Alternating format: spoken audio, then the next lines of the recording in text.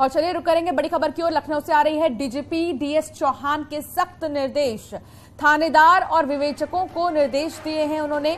महिलाओं को पूछताछ के लिए थाने न बुलाएं, निर्देश नहीं मानने पर कड़ी कार्रवाई होगी। बगैर पुख्ता सबूत के गिरफ्तारी नहीं होनी चाहिए, ये डीजीपी ने कहा है। सिर्फ संदेह पर गिरफ्तारी न किया जाए, सुप्रीम कोर्ट के आदेशों का सख्ती से पालन होना चाहिए।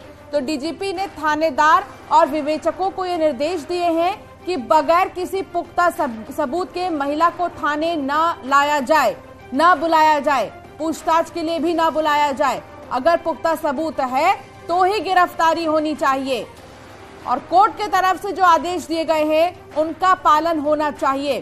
तो डीजीपी डीएस चौहान की तरफ से ये निर्देश जारी किए गए हैं थानेदारों को भी और विवेचकों को भी कि बगैर किसी भी पुख्ता सबूत के गिरफ्तारी महिलाओं की नहीं होनी चाहिए। सिर्फ संदेह पर अब महिलाओं की गिरफ्तारी नहीं होगी।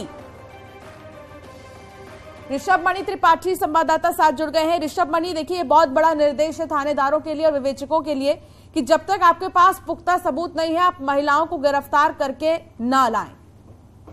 देखिए, सुप्रीम कोर्ट के कुछ आदेश थे, उनका अक्षरशः सख्ती से पालन कराने के लिए यूपी के डीजीपी डॉक्टर डीएस चौहान की ओर से निर्देश जारी किए गए। जितने भी थानेदार हैं या जो तमाम मामलों के इन्वेस्टिगेटिंग ऑफिसर विवेचक होते हैं उनके लिए कि महिलाओं को, बुजुर्गों को पूछताछ के लिए थाने पर ना बुलाया जाए। अगर बहुत जरूरी हो तो उनके घर पर जाकर या किसी अन्यत्र स्थान पर उनसे पूछताछ की जाए। नाबालिगों से पूछताछ के उनके ऊपर कार्रवाई के जो दिशा निर्देश हैं उनके मुताबिक ही कार्रवाई की जाए। सुप्रीम कोर्ट का एक आदेश है कि जिन मामलों में 7 साल से कम की सजा है वहां उनके आरोपियों की तुरंत गिरफ्तारी ना की जाए।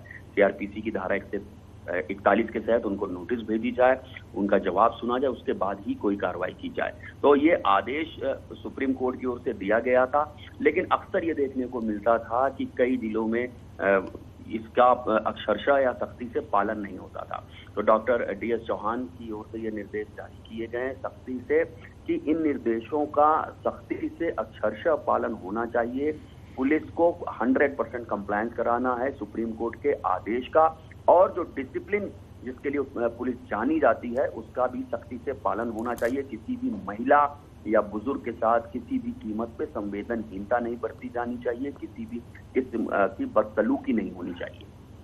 चलिए, बहुत शुक्रिया ऋषभ तमाम जानकारी साझा करने के लिए।